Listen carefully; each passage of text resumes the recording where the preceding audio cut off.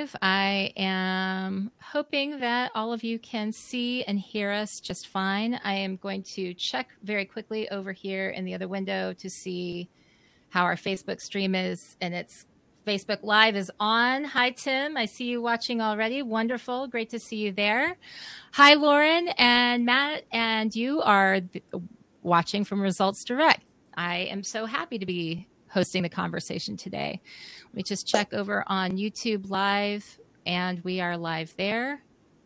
And I'm going to check one more. I've got to check Periscope producer and yes, and we are live there. Fabulous. Okay. So with that, welcome everyone to Association Chat.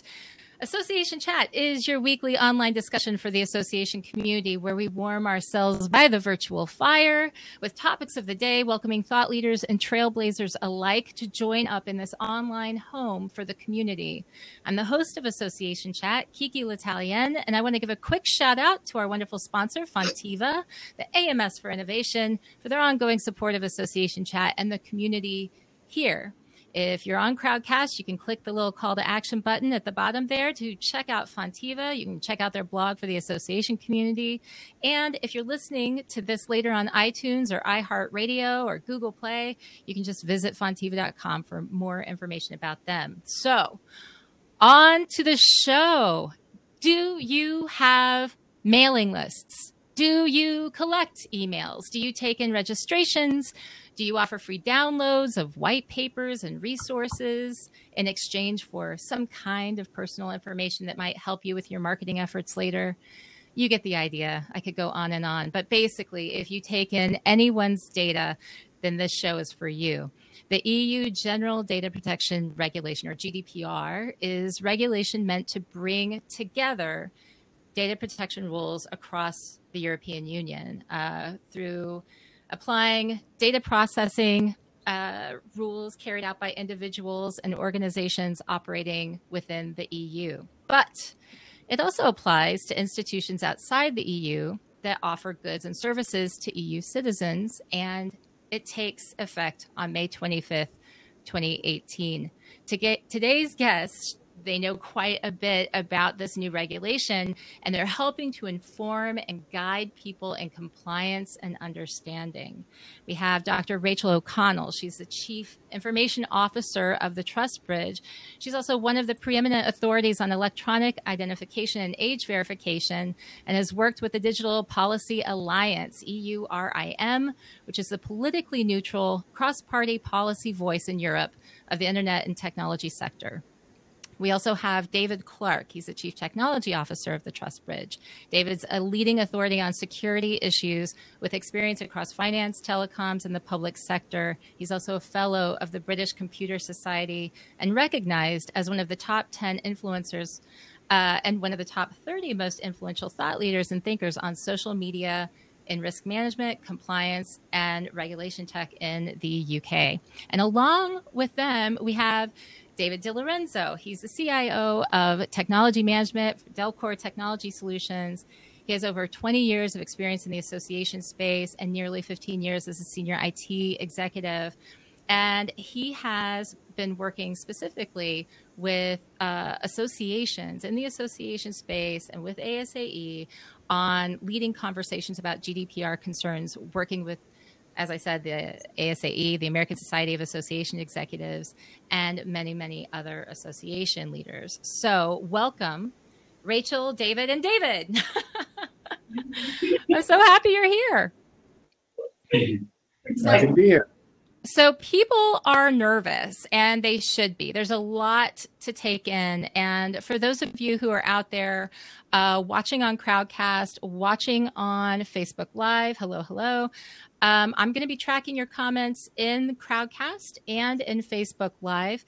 But I want you to take the time, if you're in Crowdcast, to go ahead and take the poll. There's a poll that's available with 6 questions. And it's just to gauge how you feel, where you are, your understanding of the GDPR. But what I wanted to do was jump into asking some questions, questions that I've heard from the association community as I've been going through interviews for an article that I was writing on GDPR. And so I'm going to jump into those to start. But I want you to know that any of you, if you have something to add, don't wait on me to call on you. It's a very conversational show. And so if you have something to add, feel free to jump in. All right. So I'm going to kick this off with a question that I heard almost immediately once I started interviewing folks about GDPR as it affects associations. And this came from an association executive director.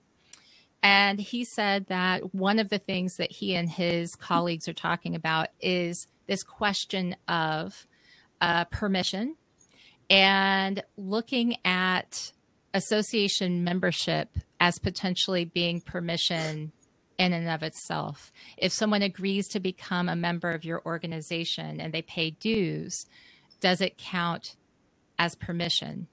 So I want to open that up and give you the opportunity to provide some background as to why that might be a good question. And I'll throw it over to Elizabeth and David from the Trust Bridge first, and then David De Lorenzo in the middle. If you have anything to add, feel free to add in. Okay. Hi. I think on that, if they've paid money, it's almost certainly the legal basis to be a contract. If you have a contract, you're probably okay. I think where the difficulty would come is if you're emailing them about association business and then you send them an email to sell them a Ferrari, that's kind of where it would go a little bit awry. Mm-hmm. And I guess maybe the other difficulty probably is on the pre-sales to become a member. If you're emailing, that's where it becomes a little bit more sensitive and a little bit more thinking about. Yeah.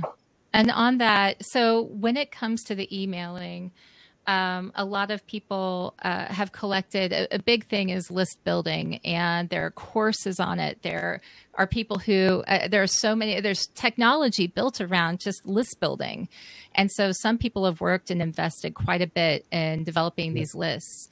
And I'm going to start out by asking, if you have one of these lists, you know, are you good? Do you need to get additional permissions? Do you need to keep getting permissions? How long can you have these lists? There's a lot of questions here, and I have more after this. But let's start with that. If I have my list as it exists today, do I need to go back and get permission? There's three things on that. On the list, are they already members? Mm-hmm. If they're already members, as I said, the legal basis is contract, and probably in a good place. If it's pre-list, pre-transfer of money, so it's not a contract, we're then looking at potential consent or legitimate interest. The only kind of minor problem is if it's legitimate interest, there's another regulation, not GDPR, there's more than one, called PECA, soon to be e-privacy, which actually restricts you from emailing unless you do have consent. Mm-hmm. So even if you have consent for storing and looking after the data, you need to make sure you have consent for doing the email. And in the UK, I think it was Honda and Flybe sent out a huge amount of emails to their list to say, can you re-verify your consent? And they both got fined. I'm simplifying it. It was a little bit more complicated. Fundamentally, even the sending out of emails to re-verify consent can be a little bit dangerous.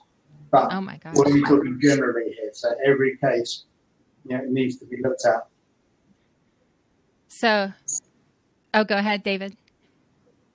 Yeah, I think that's where a lot of confusion is, Kiki. And you asked a little bit of why is that a good question? That's a good question because that seems to be the default position that everybody's systems are in right now, that one giant kind of opt-in, you're a member, now you can send me everything in the world.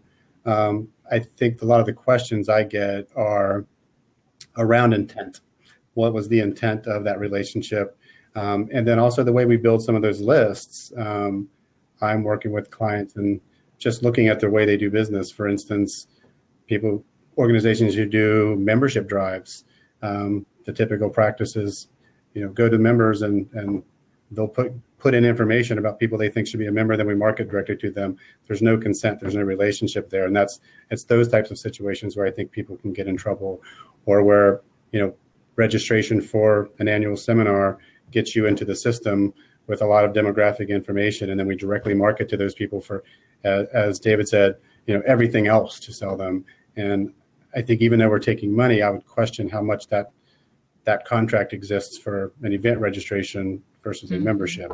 So that, I think that's a lot of the gray areas that I'm hearing and dealing with marketing departments and executives, where there's frustration, there's, we can't do business anymore like this. So we're trying to soften that a little bit and help them. But I think that's where I hear a lot of issues. And I think kind of to make it even more interesting, the HECA regulation, Privacy Electronic Communication Regulation, varies from European to European country. So in the UK, you can do business to business as long as you have an opt-out link. You can do a first strike email, cold email. If you do that in Spain or Italy, could be in big trouble in business to business. Yeah, I had a question that came to me when I was interviewing people for this article, and it had to do with organizations that sell lists, like what's the story with that? Because that was something that, there are a lot of organizations that get a significant amount of revenue from selling lists. And so where does that fall into all of this? I think in terms of, if you go back to first principles that are outlined in the GDPR, and basically what the motivation is to ensure that you're getting accurate consent, that you're transparent, that the companies that are gathering information and storing it in CRMs, or even the ones that are creating lists, that it's transparent to the end user, the data subject, that their information is being gathered for a specific purpose, and that purpose needs to be articulated, and the person needs to be able to opt in or opt out to it. And at a later stage, this is also a further complication, be able to revoke access, revoke the consent. So what that means is that the information rights that the GDPR confers on data subjects, that needs to be the central point, and that needs to inform the thinking and also the business transformation processes that need to take place, because business as usual cannot continue the way it has been unless you're building your systems such that you're recognizing how can I respect people's rights. So there's a huge amount of technology and policy innovation that's happening in this space, and a lot of it has been driven actually by the fact that this regulation is changing the parameters of the data ecosystem.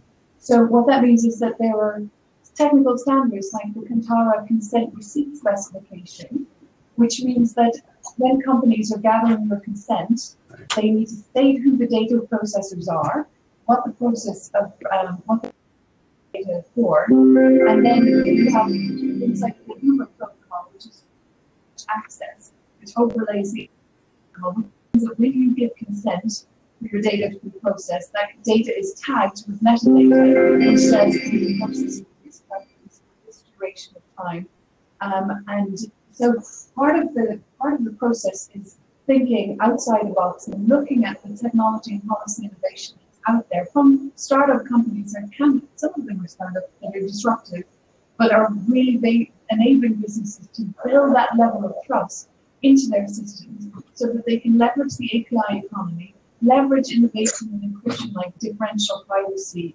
algorithms. So there's a whole host of things that are out there. So any business that wants to derive a competitive advantage, be more aligned, should be looking at these kinds of areas. And those that fail to do so will struggle. That's great. I'm gonna speak for the association execs who as a technologist, I'm 100% with that. There are a lot of solutions. Jed even brought up software, but for a lot of associations, that's not the world they live in. And investing in new technology and certainly adding to the stack is not something they're probably going to do in the short term. A lot of the AMS companies I know are working on different pieces and tools to accomplish some of this, because those are large investments organizations have already made. So I would tread, I guess my recommendation is tread lightly and work really with some of the vendors that you have and see what their roadmap is. I think a lot of what you're talking about can even be handled with policy and process. Everybody looks, I talk to people and they think this is a technology problem and GDPR can only be solved with technology. And a lot of it's a business problem, how we do business. We're moving towards a permission-based economy. This is just the latest step. I mean, in the EU, data privacy is a human right. Here, it's still just a consumer right. So we don't necessarily look at it. We do look at systems to solve that instead of just thinking differently. And, privacy by design's a great place to start internally with your marketing departments, with your membership departments. And you can handle a lot of that with existing setups and tools if we're not using email and mass marketing and all these things as the only hammer we have to reach out, to connect, to market. And, sure, the software will do a great job of limiting us to lists, doing those things. We can also do that the old-fashioned way and really taking the time and the process to do it. So technology is a great answer. It's not always the only solution for a lot of smaller organizations that have to comply with this because they just can't add to their staff. Right. And I think that's such a great point because it really isn't just an IT or technology problem or challenge. It is something that needs to be addressed by policy and the direction that the organization is going.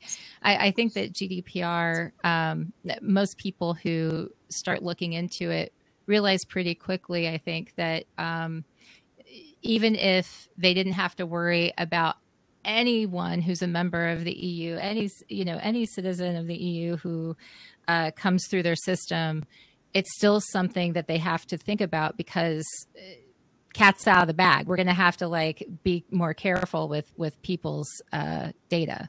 So I have several comments I want to bring up over here on this side. You had mentioned Jed's comments earlier, David. And for those people who are listening to this as a podcast later, since we do this show live, we do have people who are able to participate live.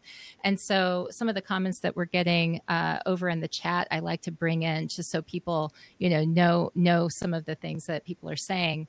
And Jed says the technology exists today that we can tailor our list to deliver content specific to their original intent when they gave us their email. And he said that we really should encourage organizations to use more personalized communication strategies, leveraging this technology, and agreed with you, David, about some of the work that you said. We have Tom who says, I'm talking with one association about using a bot to help. But bots as a technology solution also bring up more GDPR questions as to what information can be captured in the database. So can we explore that a little bit? Because this is where things start to get hairy. There's a lot of hairy areas. I know.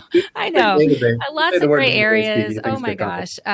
So much to dig into here. But let's talk a little bit about this. I think that, one of the challenges with GDPR is that, a person's able to go and request a record of all of the data that's being collected on them by an organization.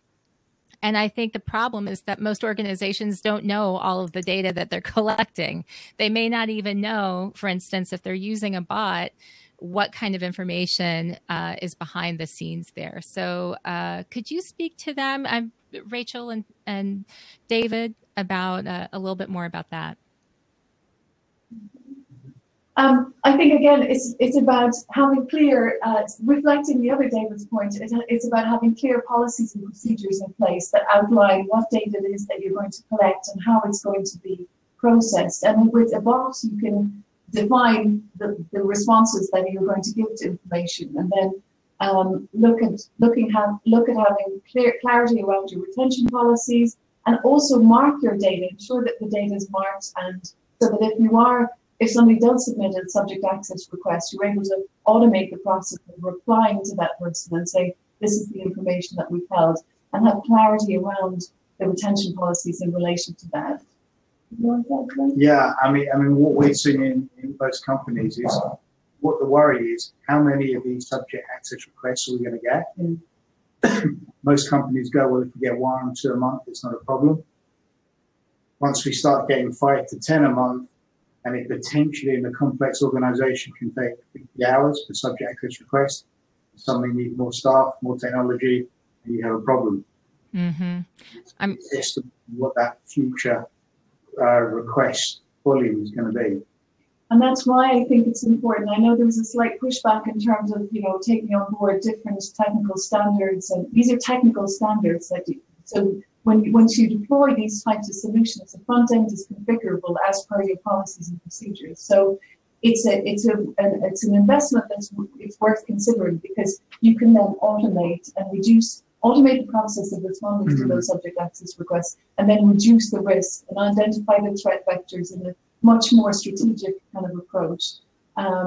So, yeah, I don't know how many people know about the Kantara's consent receipt specification. So basically that outlines how you have a human readable consent receipt, which says, oh, David signed up to this and gave permission for data to be processed for this purposes. And at the back end, it's machine readable with JSON. So the whole system can manage where the data is, and you're less likely to end up in a situation where people are going, oh my God, I didn't know that we had information on Mailchimp and on that app, and we didn't understand that there were data leakages points, because you need to understand your entire data ecosystem and the distributed accountability in terms of all the data processors, and when those data processors you're contracting with also become data processors, because you're individually, jointly, and severally liable. So any sensible person would try and look at ways in which you can mitigate those types of risks, and leveraging your existing technologies more intelligently, putting the policies and procedures in there, putting the correct training in place. Those are all the kind of strategies that you can deploy to mitigate risk. And I guess the other question is provable consent. If someone clicks on a website, gives consent, most companies' website upgrades like every 4 months. How do you prove that 2 years ago they gave consent for a 2-year window? It's going to be getting fairly robust. I mean, that was one of the things in one of the UK Data Commissioner's guidance, where companies could not prove that. They had no way of proving that they had the right consent at the right time, and for what. Well, they update their websites every few years, but their back-end databases where all that consent is stored might not get touched for 10 years. So. I think this, everything. I agree with everything you said. It's a great, whether it's technologically, process, or whatever. One of the beneficial things of this, it's forcing everybody to really look at data governance and data mapping. It's something that at Delcor as consultants we preach. It's something we always find when we go in. There's just a strong lack of data mapping, and everything you're going to do for GDPR really is going to start with data mapping. You have, to your point, you have to know what you have, where it is, how it's used, how it's managed, by whom, and how long you're supposed to keep it.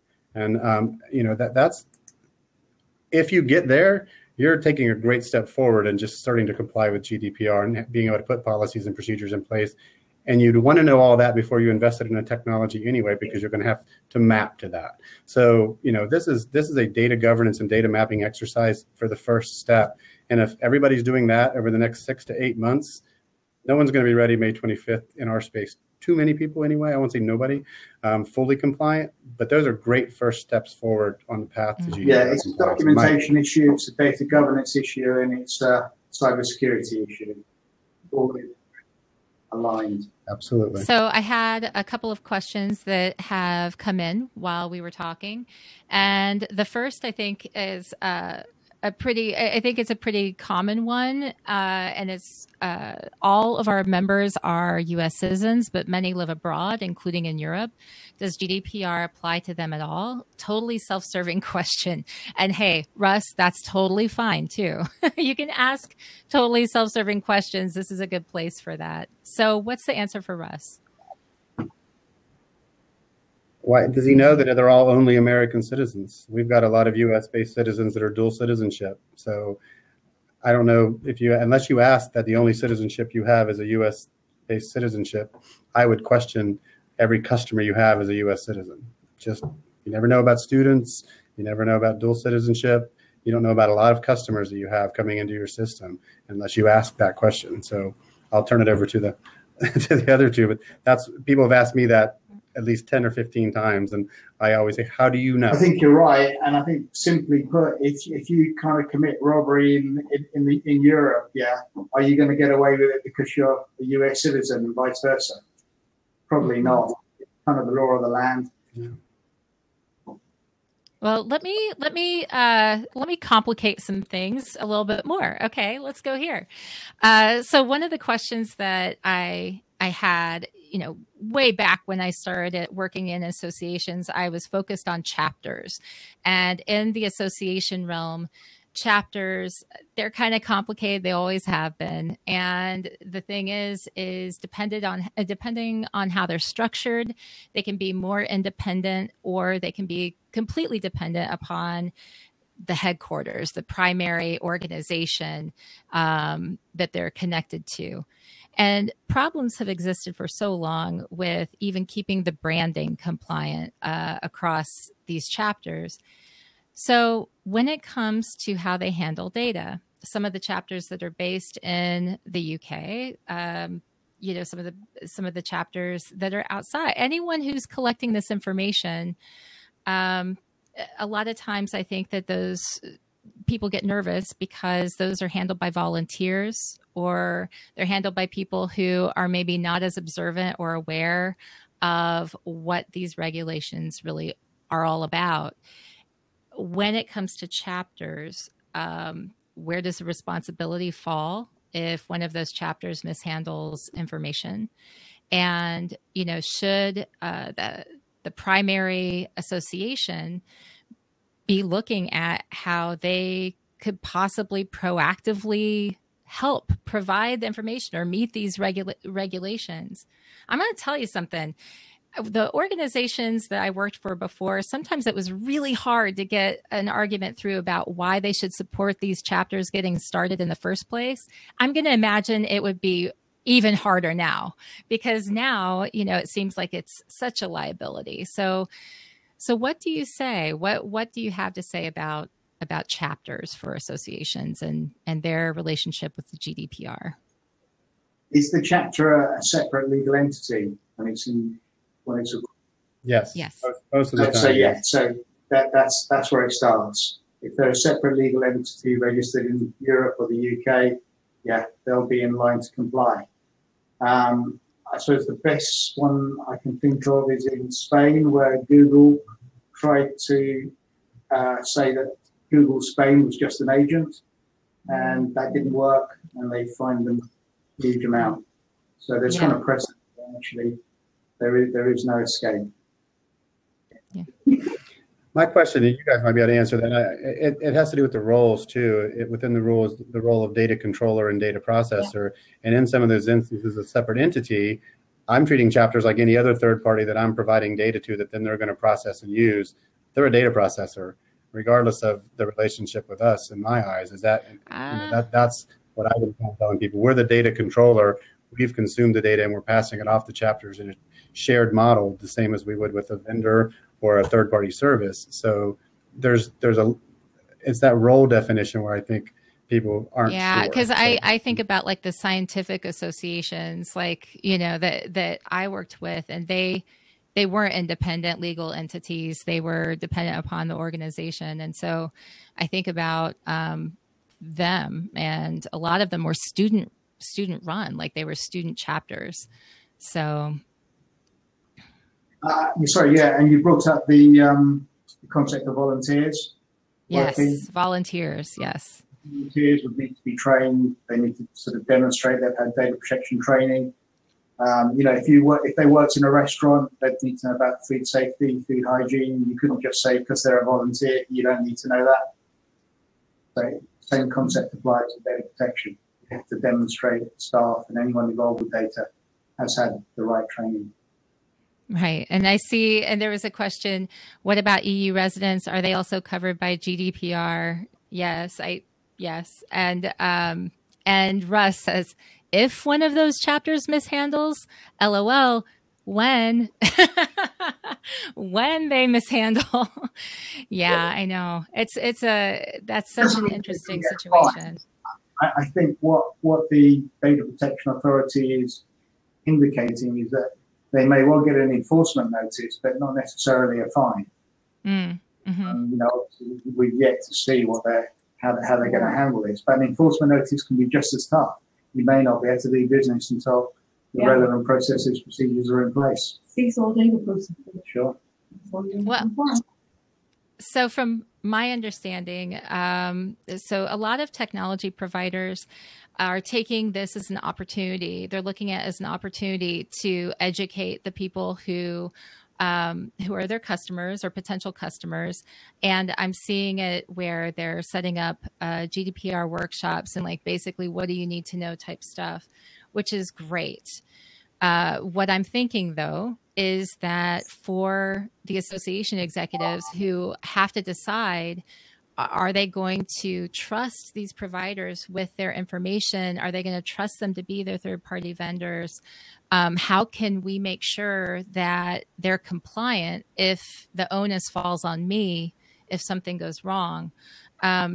What are some of the things that they need to be looking into to make sure that they are being careful and doing due diligence when they are bringing on third-party vendors, third-party providers? Well, there are a number of things. You need to trust. Increasingly, we're understanding that you need what are called trust capability statements. So you need to know their data security, data handling, and data management processes. What levels of certification have they attained, and that's relevant to the data processing that's happening. How much of a conformance is there in terms of to these standards, and are these companies audited and assessed and accredited independently? And how do they fit with your business requirements? So in the contract negotiations, those are key things that are coming to the fore in terms of negotiating those kind of risks. So it's conformance, it's data quality management, security, what risk mitigation processes. What documentation have you got? How can you prove it? Yeah. Can you show me your data protection impact assessment? Yeah. Absolutely. Those kind of things. And I think that's what we're seeing in Europe is anyone that concerned about fines? That we're not sure about, but what they are concerned about is loss of business. Yes. And one of the GDPR requirements is that you have certain clauses in your contracts, especially between data processors, data controllers, and they're quite rigorous. And so what's happening is companies are kind of almost forcing each other to up the game in terms of data protection and GDPR alignment rather than compliance, because I don't think we really know what that is yet. Yeah, and you're trying to mitigate the whole chain all the way through. So yes, it is good in terms of a driver for positive change. Yeah, it's a good opportunity, as you said. I think we've gone through this with some of our systems here before in the U.S. with things around PCI compliance, with SAS 70, and some of the things where, the association community has had to push hard on their vendor groups and push together. The last thing any of the associations, I think, and associations want to do is have to build custom solutions within any of these platforms that most of them use. So we're pushing hard to get them to focus on compliance. I know most of the ones I have are working that direction, but it's going to be, for them, it's a competitive advantage if they're bringing to market a product with GDPR compliance built in, with data privacy by design, with portability is going to take a little while. I know most of them are working on right to be forgotten and right not to be processed and some of those things now. But it's also an advantage for them enforcing clients into an upgrade path that, getting them to the newest version. Our new software has GDPR built in. You don't want to stay on old software, which you shouldn't anyway, but a lot of associations are in that space for one reason or the other. So there's a lot of good when the association community is working as a whole to collectively provide requirements that the masses can use, and then individually tailoring process and possibly configuration to meet their own requirements. Now, how quickly? I'm hearing a little bit of feedback here. Okay, I'm going to hope that. Okay. Don't you love technology? Okay, so how quickly is it that you should be expecting your third-party provider, your third-party vendor, to provide you the information that you request? One of the things that the GDPR is asking people to do is to be able to provide this pretty quickly, right? And responsiveness can be an issue sometimes when you're asking for anything. So how quickly are we supposed to be able to both get that information back to the person requesting it, and also how quickly should we expect our third party vendors to be able to get that information to us? Because I can see where that would be a negotiating point too. Like the expectation is that you get this to us pretty quickly. I guess if it's a data breach, you need the information. Most of the contracts that are now being written are saying you notify immediately. How you do that is the kind of next stage.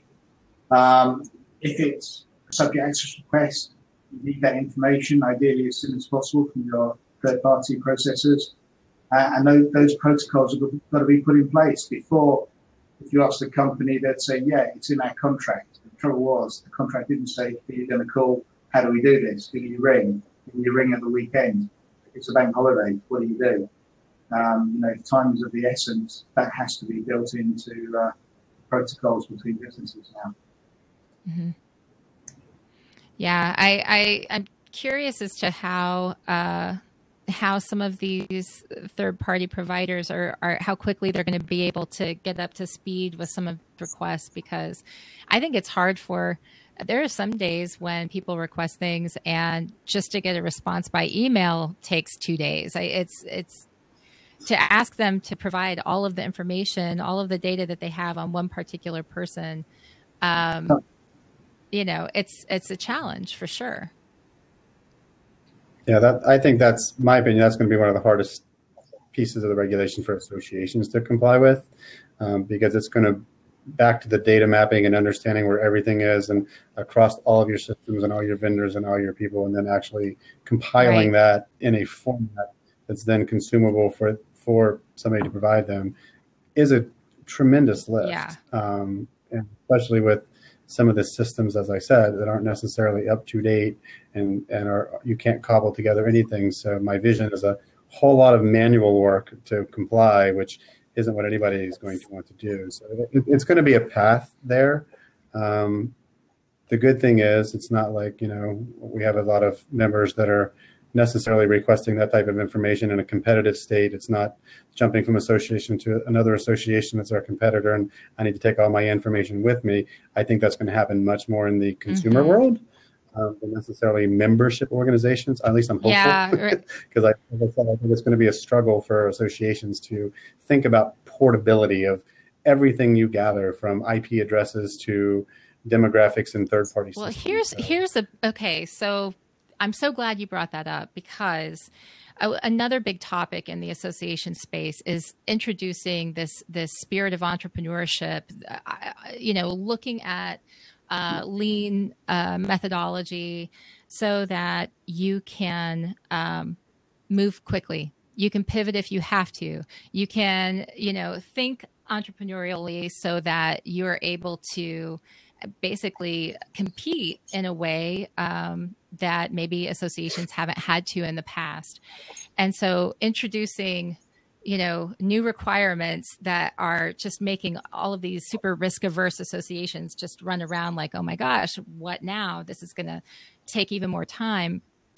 I can imagine that there are some association executives who might use this as an excuse to slow down the works and to maybe not move as quickly because they're worried about making sure that they understand what they have in front of them already, which may not be a bad approach. But I was curious as to what all of you were thinking about, here for years, we've been saying maybe you don't need to have this one system that does everything. But it was one system where you would go to one place and ask for all of that information. With dozens of systems that are all supposed to be working together, that's that many more people that many more companies you have to go out to and make sure that they're compliant, that they're still compliant, because maybe they were compliant once and they're not anymore. And that they're able to be responsibly take care of that information, get it back to you. I think that in the association space, sometimes you talk to people and they don't even know. They wouldn't even be able to say all of the different systems that they have, in their organization. So with that as a challenge, what do you think that means for associations who are looking at trying to be competitive and compete against these for-profit organizations with their events and their meetings and their products? What do you think this means? Does it mean that, I don't know, I don't want to put words into your mouth. What do you think this means for the future of associations as far as it relates to entrepreneurial efforts? That's a lot. In my opinion, I think, Kiki, some of what you said, yeah, we've preached a little bit about getting away from the AMS as the center of the universe. But we haven't necessarily preached in the association technology space that having a single system of record is not a good idea, but let other pieces of data live in the systems in which they're transacting or working in, and they're able to be tied back through APIs and integrations without pushing so much information and dumping everything back into the AMSs of the world. I still think that's a viable solution, even in the context of GDPR. It does go back to good data mapping. It does go back to having good process from the beginning. I even think to some degree, if this is approached right, creating these systems, creating good data processes, having your systems up to date with GDPR can be a competitive advantage. You're going to get to the point where we have something in membership-based organizations that the for-profits don't have, and we have that relationship. We have that contract because they've paid to be a member. We know more about them. So when I think more on the other side, one of the areas we haven't talked about is the right to be automatically data processed or profiled, or these things where a lot of, click ad based marketing and generic marketing and Facebook ads and throwing data that you're not without consent. The associations are going to be in a much better place if they have good data and are getting that consent from their members to market to them, to do ad placement, to do all these things because they have a relationship. Couched right and approached with the right business sense, this can be a competitive advantage in my eyes. Yeah. Oh, what do you say, Trustbridge? every industry is kind of gone through this sort of pain.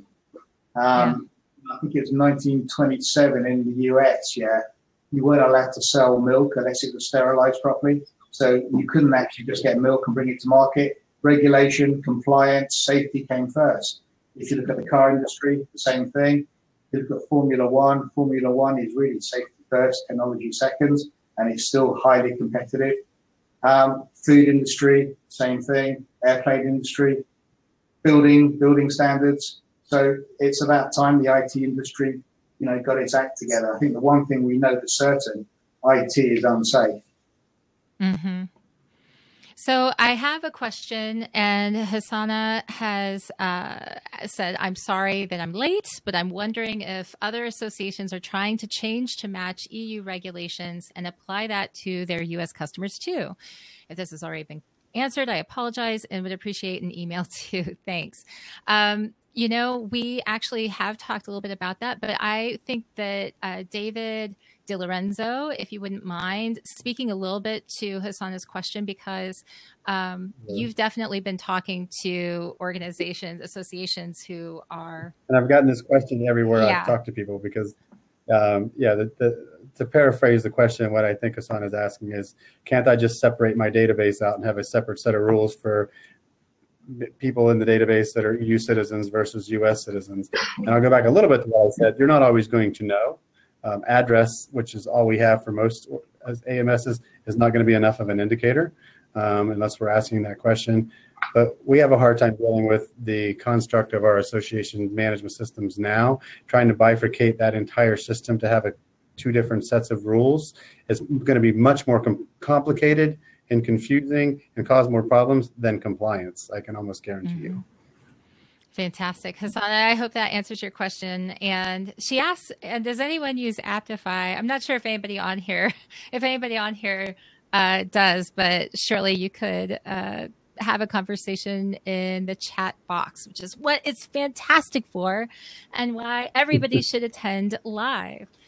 So I guess, there's a lot, you guys are super popular right now. The TrustBridge folks, you guys are super popular right now as far as answering questions for the association industry. I know that you're going to be heading over to participate in something being put on by the American Society of Association Executives toward the end of February. And for everyone who's listening to this right now, I will share more details about that toward the end of today's chat.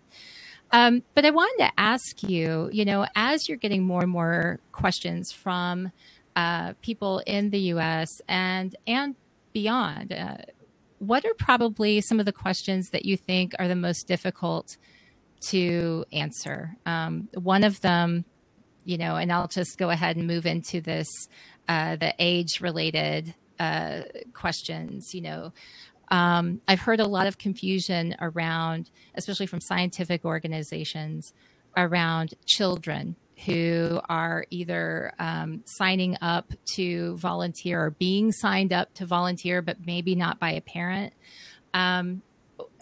Could you maybe speak to that a little bit? Because I know that there are some concerns around that right now. Yeah, specifically, Article 8 of the General Data Protection Regulations says there's not going to be lawful to process the data of children under the age of 18, particularly if you're using the social media and information services. You have to obtain verified parental consent. And that's consent. It's the adult with parental responsibilities for that child. So, in effect, you have to get age-related consent. And in the US context, many US companies were aware of the COPPA, Children's Online Privacy Protection Act, and that requires you to get verified parental consent also. And the mechanism which the FTC approved in the US, and it applies globally. So when a child signs up to, for example, Disney, and they put in a date of birth that indicates they're under 16, they're asked for their parents' email address. 40 to 60% of those emails that end up in a spam folder. So most kids just get a Gmail account.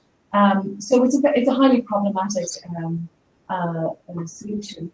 What the GDPR says is that it raises that bar, that age bar, but did have a derogation to say each country in the EU can choose their own level. So in the UK it's 13, in Spain I think they're sticking with 14, in Germany it's 16.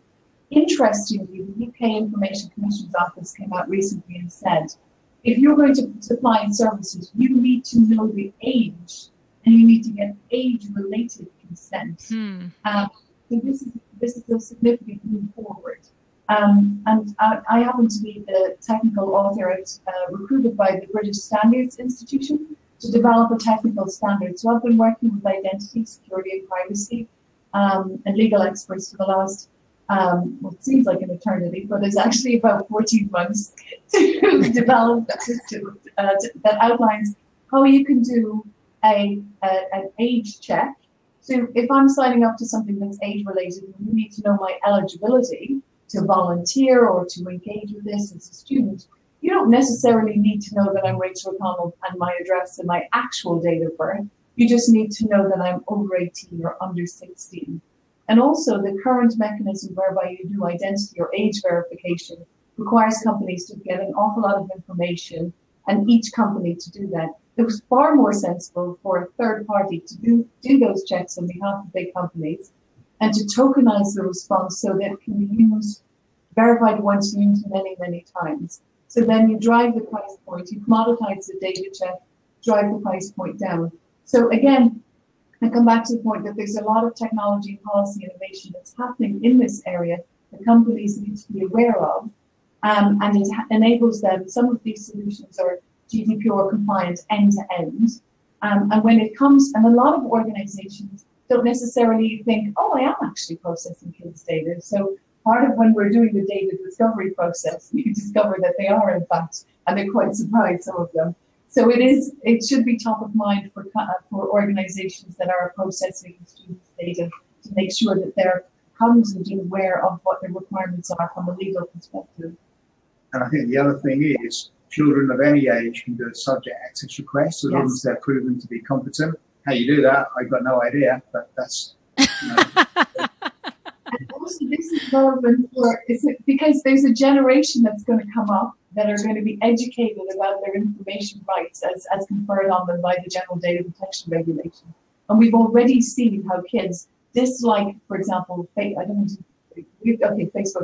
because they were annoyed by all the data that was hoovered up, and also old people, people over the age 25 being on there. So the attraction of Snap was that it was ephemeral messages and it wasn't, So they're becoming more and more aware of what their rights should be. So if you're an organization that's going to be, these 16-year-olds or 17 are going to become the 20-year-olds or whatever association members over time, they're going to have a very, very different expectation than what we had in terms of, when Eric Schmidt said privacy is dead, we all went, oh, okay.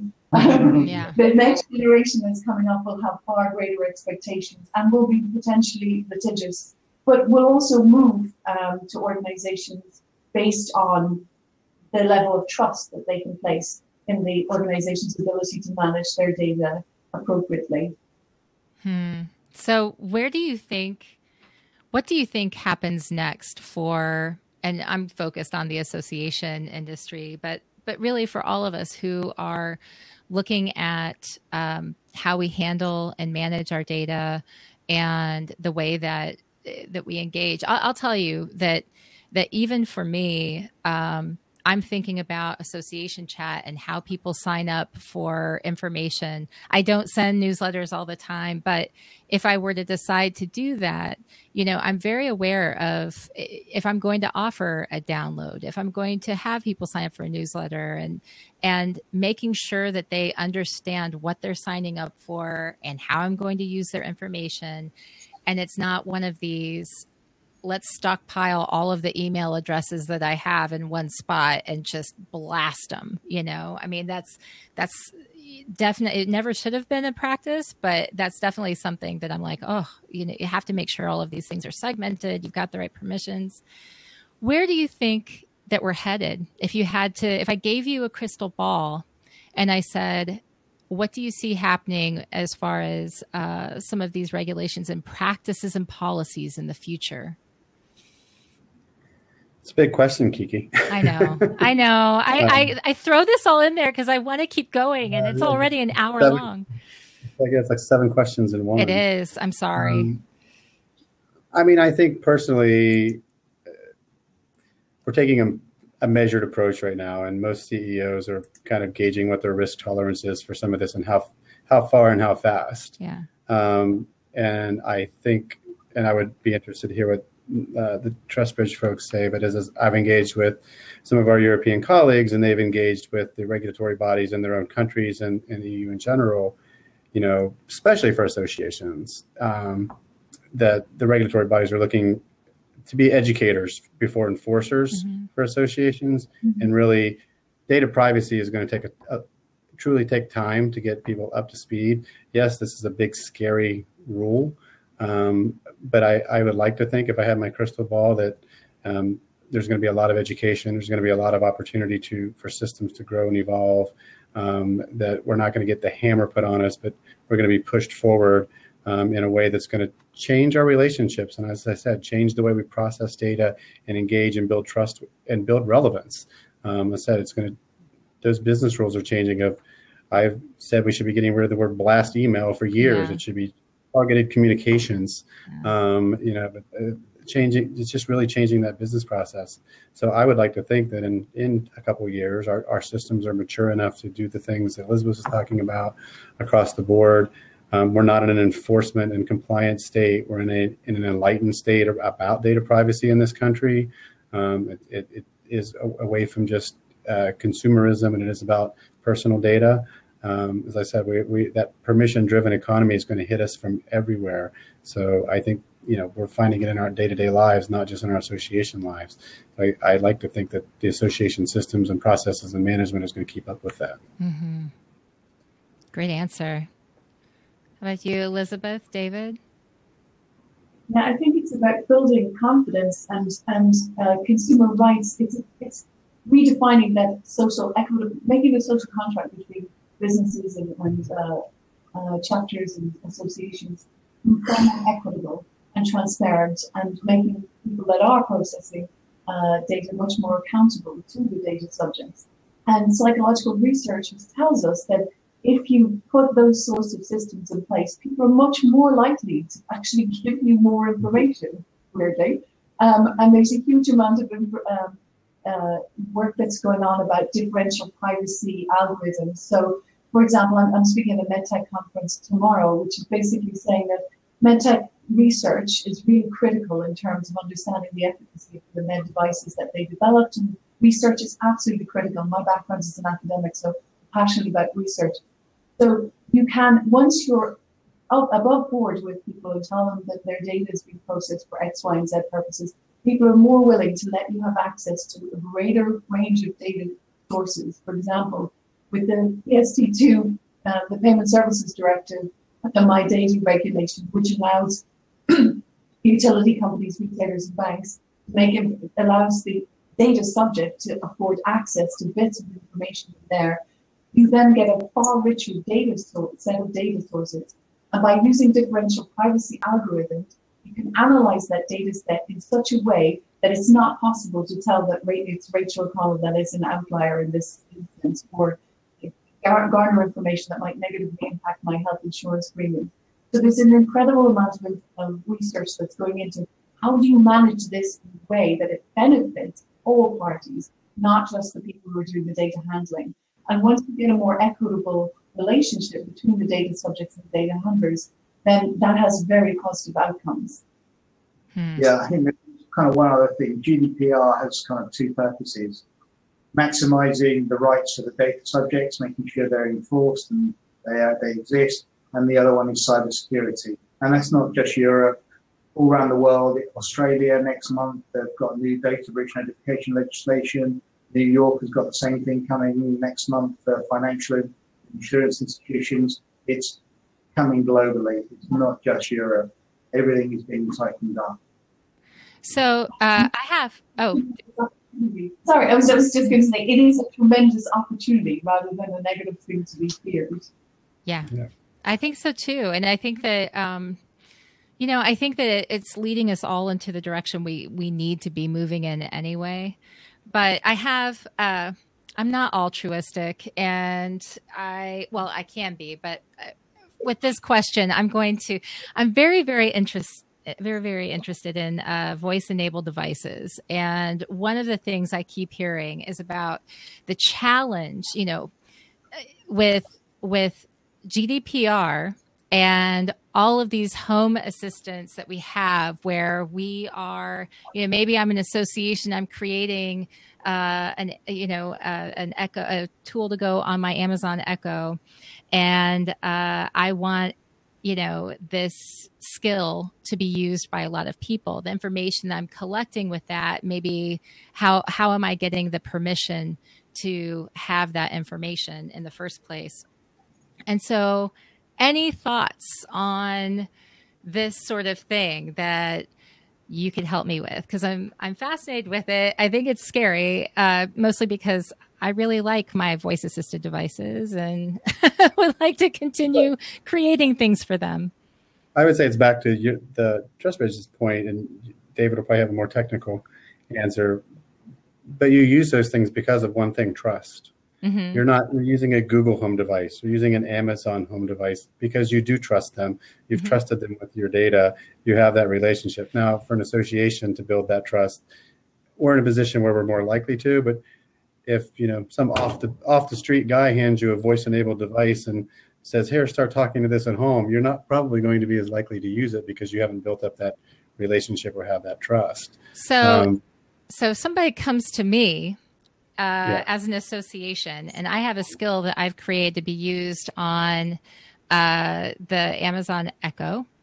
and then they want their information, and you know, maybe they feel like I've done something wrong with it, or Amazon's done something wrong with it. Okay, what now?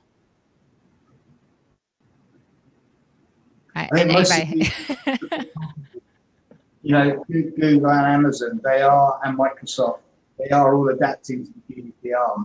Yeah. I guess the analytics from Google, you know, that for a while now, they've had the option to anonymize that, especially for Germany, because Germany's been a little bit ahead on privacy. Mm-hmm. That's available to everyone around Europe. So, you know, they are kind of evolving to help us comply.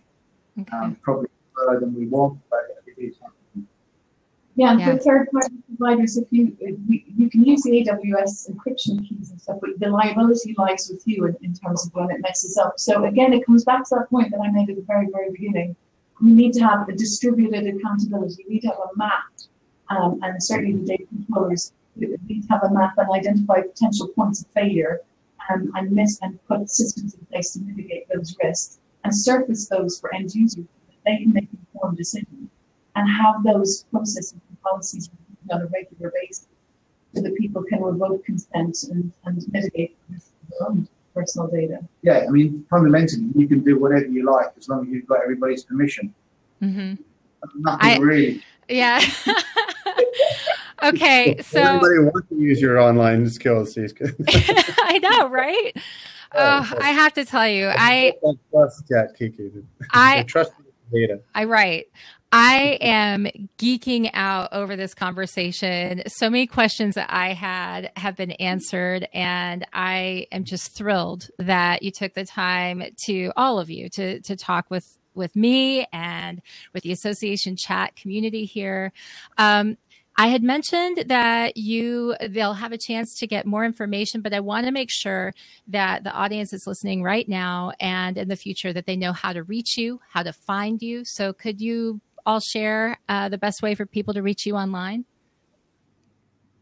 Yeah. And I'll start with the TrustBridge people. Okay, so our website is thetrustbridge.com, and my email is rachel@thetrustbridge.com. David, is it David? Yeah, that's correct. And also in the US, we have Alan, who is actually the association professional. So Alan at thetrustbridge.com. Okay.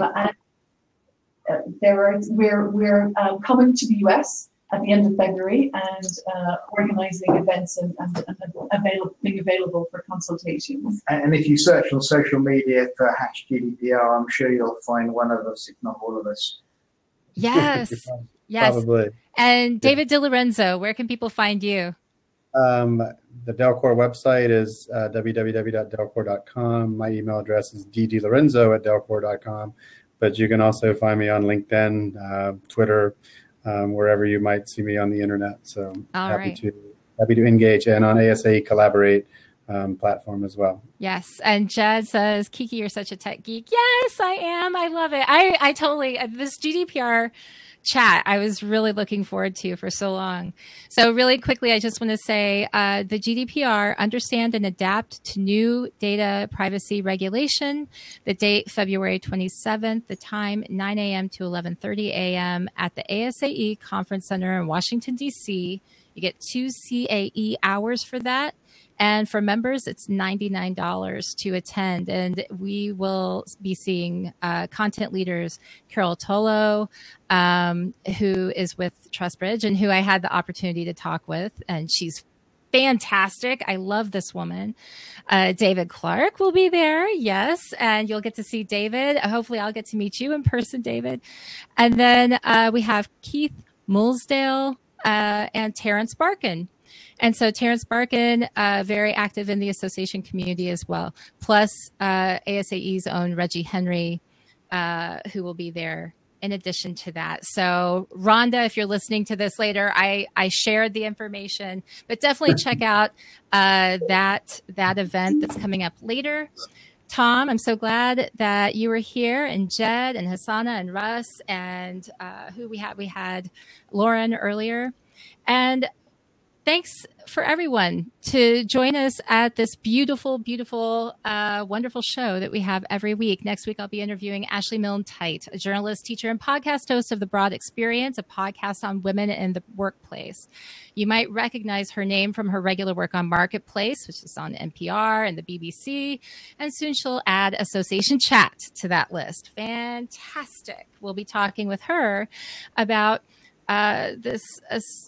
sexual harassment in the association and meetings industries. And that's kind of a touchy topic lately. And she will have a lot to bring to the table on that. So I hope you can join us next week. And until next time, everyone, keep asking questions to learn every day. As Joseph Campbell once said, the cave you fear to enter holds the treasure you seek. Have a great week, everyone. Thank you. Bye. Thank you. Thanks, everybody. Thanks, Aaron. Thanks, Russ. Thanks, Hassana. David's the Trust Bridge.